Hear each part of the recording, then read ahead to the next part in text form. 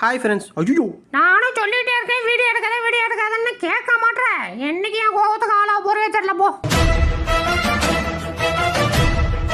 2 பேரா மாமி? சொல்லவே இல்லை. ஆமா, ரொம்ப முக்கியம். ஆடை கொடுக்குறதுக்கு வக்குல வந்துட்டான். டேய் கத்தாரா, டேய் அமைதியாரா, ஓனரம்மா தூங்குறாங்கடா, ஏன் வந்து அடிச்சுடுவாங்கடா. அட சொன்ன கேளுடா. அமைதி அமைதி அமைதியோ அமைதி.